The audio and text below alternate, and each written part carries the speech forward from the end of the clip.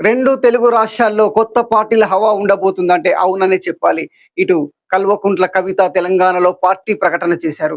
అటువైపు మాజీ ఎంపీ వైఎస్ఆర్‌సీపీకి సంబంధించిన ఎంపీ విజయసాయిరెడ్డి గారు జూలైలో పార్టీ పెడతానని అనౌన్స్ చేశాడు.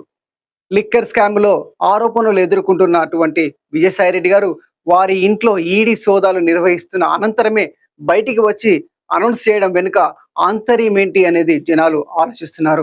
జూలైలో పార్టీని ప్రకటిస్తున్నాను, అదేవిధంగా కొత్త ఛానల్‌ని కూడా పెడుతున్నాను అంటున్నాడు. అంటే ఒక ఫ్రస్ట్రేషన్‌కి గురై ఇతను బయటికి వచ్చి చెప్తున్నట్టుగానే అనిపిస్తుంది. ఏది ఏమైనప్పటికీ కూడా బలమైనటువంటి పార్టీ టీడీపీ పార్టీ, కూటమి ప్రభుత్వము, అటు జనసేన, భారతీయ జనతా పార్టీతో కూడినటువంటి ఈ పార్టీ ఒకవైపు, బలమైన ప్రతిపక్ష పార్టీ వైఎస్ఆర్‌సీపీ ఒకవైపు. ఈ రెండిటి మధ్యన ఎలా ఉండబోతుందో వేచి చూద్దాం. నిజానికి ఈ రెండు తెలుగు రాష్ట్రాల్లో ఉన్నటువంటి ప్రజలకు తెలంగాణలో కాంగ్రెస్ పార్టీ అధికారంలో ఉంది. ప్రధాన ప్రతిపక్షమైనటువంటి తెలంగాణ రాష్ట్ర సాధనలో భాగమై తెలంగాణను తీసుకొచ్చినటువంటి ఉద్యమ పార్టీ ఒకవైపు ప్రతిపక్షంలో బలంగా ఉంది. ఇటువంటి పార్టీల మధ్యన కొత్త పార్టీలు ఎలా ఉనికిని కొనసాగిస్తాయో ఇటు తెలంగాణలో చూడొచ్చు. అదేవిధంగా ఆంధ్రప్రదేశ్లో బలమైనటువంటి కూటమి ప్రభుత్వం ఒకవైపు ప్రతిపక్షమైనటువంటి వైఎస్ఆర్‌సీపీ మధ్యన విజయసాయిరెడ్డి గారి పార్టీ ఎలా ఉండబోతుందో వేచి చూద్దాం. అదేవిధంగా ఆంధ్రప్రదేశ్లో వీటి అన్నింటికి ధీటుగా ఎటువంటి రాజకీయ నేపథ్యం లేని కుటుంబం నుంచి వచ్చిన ఒక నిరుపేద సామాన్యుడు బీసీవై పార్టీని స్థాపించి రామచంద్ర యాదవ్ గారు ముందుకెళ్తున్నాడు.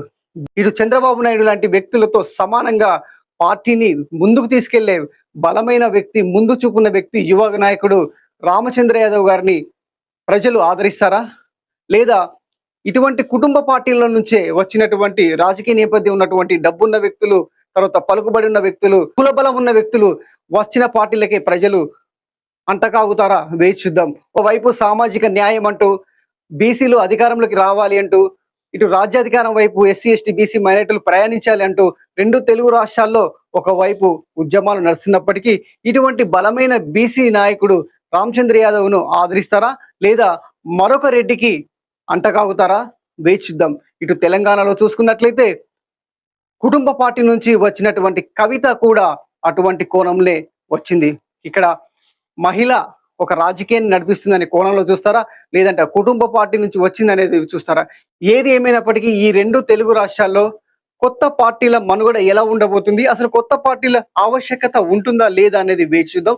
చివరగా పార్టీలు అన్ని కూడా ఎలక్షన్ సమయంలో ఓటుకు నోటు ఇస్తున్నట్టుగా కొత్త పార్టీల ఓటు ఈ నోటుల మధ్యలో చేరుతుందా అనేది చూద్దాం.